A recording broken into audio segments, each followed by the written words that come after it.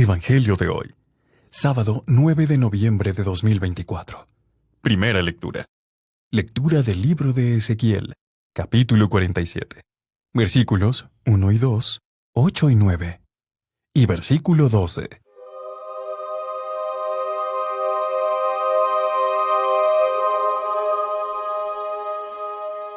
En aquellos tiempos, un hombre me llevó a la entrada del templo. Por debajo del umbral manaba agua hacia el oriente, pues el templo miraba hacia el oriente. Y el agua bajaba por el lado derecho del templo, al sur del altar. Luego me hizo salir por el pórtico del norte y dar la vuelta hasta el pórtico que mira hacia el oriente. Y el agua corría por el lado derecho. Aquel hombre me dijo: estas aguas van hacia la región oriental. Bajarán hasta el Arabá. Entrarán en el mar de aguas saladas y lo sanearán. Todo ser viviente que se mueva por donde pasa el torrente vivirá. Habrá peces en abundancia, porque los lugares a donde lleguen estas aguas quedarán saneados, y por donde quiera que el torrente pase, prosperará la vida. En ambas márgenes del torrente crecerán árboles frutales de toda especie, de follaje perenne e inagotables frutos. Darán frutos nuevos cada mes, porque los riegan las aguas que emanan del santuario. Sus frutos servirán de alimento, y sus hojas de medicina. Palabra de Dios. Te alabamos, Señor.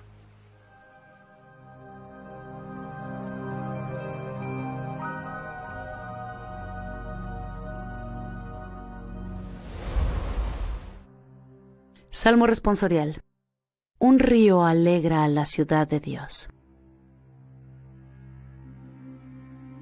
Dios es nuestro refugio y nuestra fuerza, quien en todo peligro nos socorre. Por eso no tememos aunque tiemble, y aunque al fondo del mar caigan los montes. Un río alegra a la ciudad de Dios. Un río alegra a la ciudad de Dios. Su morada el Altísimo hace santa. Teniendo a Dios, Jerusalén no teme, porque Dios la protege desde el alba. Un río alegra a la ciudad de Dios. Con nosotros está Dios, el Señor. Es el Dios de Israel nuestra defensa. Vengan a ver las cosas sorprendentes que ha hecho el Señor sobre la tierra. Un río alegra a la ciudad de Dios. Segunda lectura.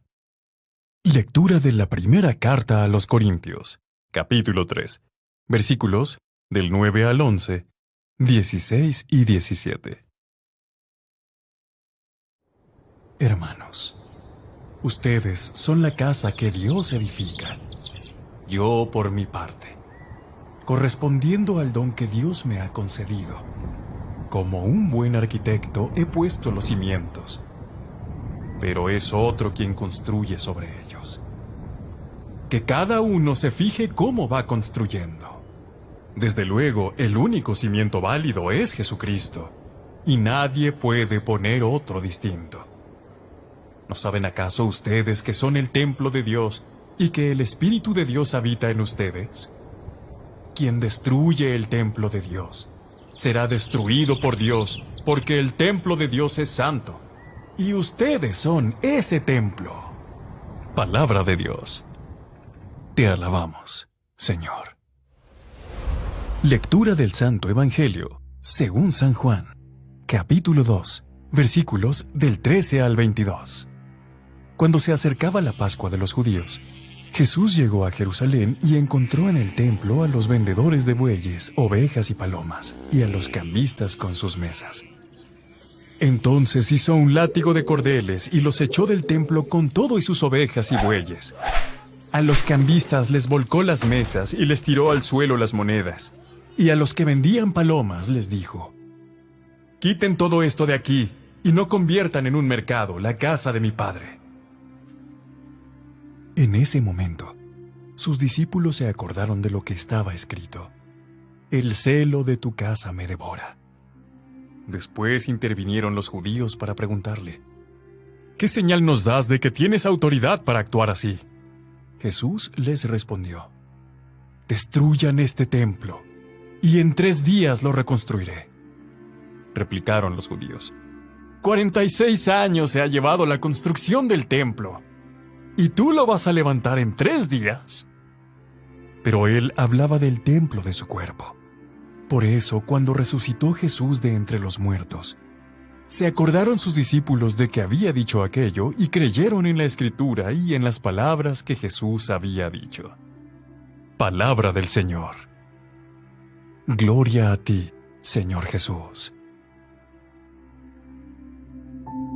Reflexión del Evangelio de hoy. ¿No sabéis que no os pertenecéis? Tenemos que acudir a la historia para adentrarnos en esta fiesta.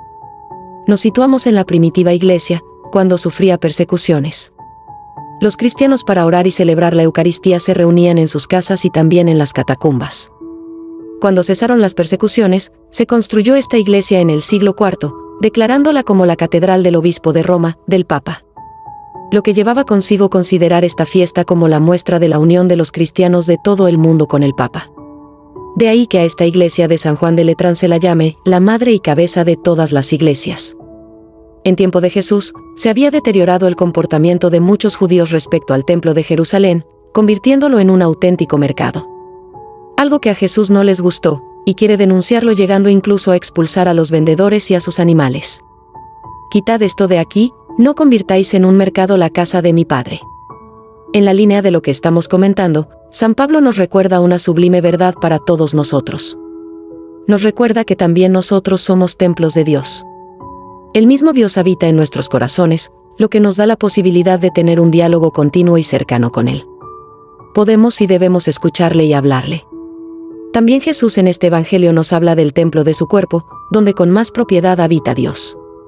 Pero Jesús no se queda ahí.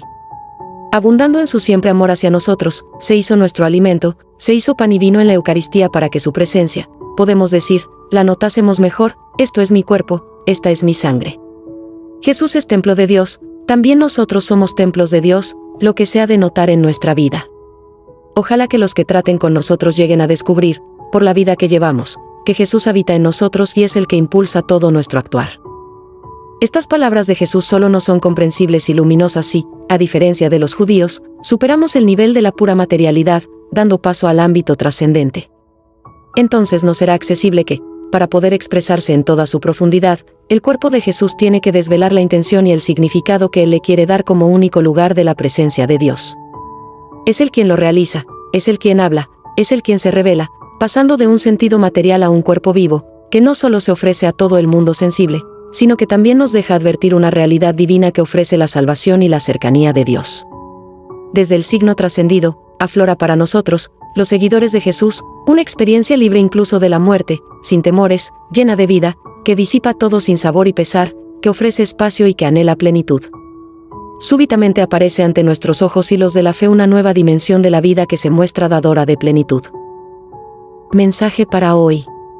Hijos, escuchen cómo Jesús te enseña que la nueva morada de Dios es un edificio construido con piedras vivas y escogidas, como ella se convierte en morada divina que te adelanta en el hoy la plenitud de los bienes de la salvación. Yo, que soy tu Padre, en la persona de mi Hijo, de Jesús de Nazaret, te he escogido para que también seas templo en el cual muchos puedan encontrarse con la divinidad por causa de tu estilo de vida que no se limita a lo temporal o material, sino que se abre, gracias al Espíritu Santo, a un futuro prometedor, a una experiencia conmigo como jamás la habías imaginado, pues mi cercanía a ti será en el cuerpo resucitado de Jesús. Para reflexionar. ¿Qué sentido tiene para nosotros el templo material desde la resurrección de Jesús? Oremos. Padre, que tu Espíritu Santo nos ilumine para acercarnos a la persona de Jesús y descubrir en él a tu enviado, reconociendo lo único lugar de encuentro contigo, y nos anime a construir una comunidad viva, cuyas piedras se elevan por encima de lo puramente material hasta la eternidad. Padre, que tu Espíritu Santo nos muestre cómo Jesús hablaba del templo de su cuerpo, y cómo éste se ha convertido en lugar de encuentro con tu persona, en espacio para adorar al Dios verdadero, y en motivo para trabajar y comprometernos en la construcción de una comunidad santa. Amén. Suscríbete, dale like y comparte para que el Evangelio llegue a más personas. Recuerda que compartir es evangelizar.